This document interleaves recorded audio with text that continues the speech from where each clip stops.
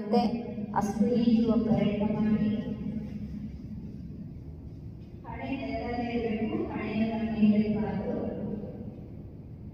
ಕಾಲಿನ ಬೆರಳು ನೆಲಕ್ಕಾಗಿರಬೇಕು, ನೆಲಕ್ಕೆ ಕೆಳಗೆ ನೆಲಕ್ಕಾಗಿರಬೇಕು.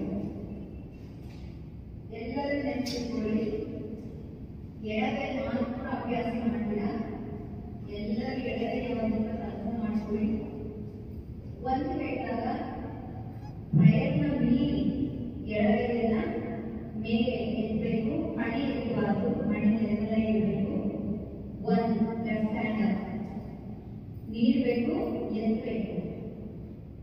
2 ಡೌನ್, ಮುಖಾಂತರ ಎತ್ತಬೇಕು, ಸೈಡ್ ಇರಬಾರದು.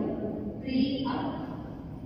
ನಾನು ಎಡಗೈಯನ್ನು ಬಹಳ ಸಲ ಹೇಳಿದೆ, ತುಂಬಾ ಸಲ ಹೇಳಿದೆ. ಇನ್ನು ಎಡಗೈಯವರು ನಾವು ಮಾಡ್ತಾ ಇದ್ದೀವಿ, ಎಡಗೈ ಮಾತ್ರ ನೆಲದಿಂದ ಎಲ್ಲೋ ಮೇಲೆ ಎತ್ತಬೇಕು, ಸೈಡ್ ಹೋಗಲು. ಫ್ರಂಟ್ ಅಲ್ಲಿ ನನ್ನ ಕಡೆ ಎಲ್ಲ ಬೆರಳು ನನ್ನ ಕಡೆ ಬರಬೇಕು, ಕೈ ಎತ್ತಿ ಮೇಲೆ ಕಿವಿ ತಾಕಬೇಕು. Answer yes. 4 ಡೌನ್,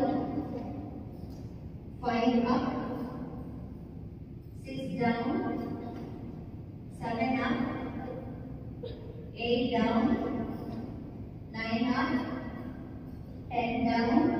ಈಗ ಬಲಗೈ ಕಡೆ ನಿಮ್ಮ ಗಮನ ಬರಲಿ. 1 ಅಪ್, ಬಲಗೈಯನ್ನು ಬಲಗೈಯನ್ನ ಮೇಲೆತ್ತುತ್ತಾ ಹಣೆಯನ್ನ ನೆಲಕ್ಕೆ ಪ್ರೆಸ್ ಮಾಡಿ ಚೆನ್ನಾಗಿ.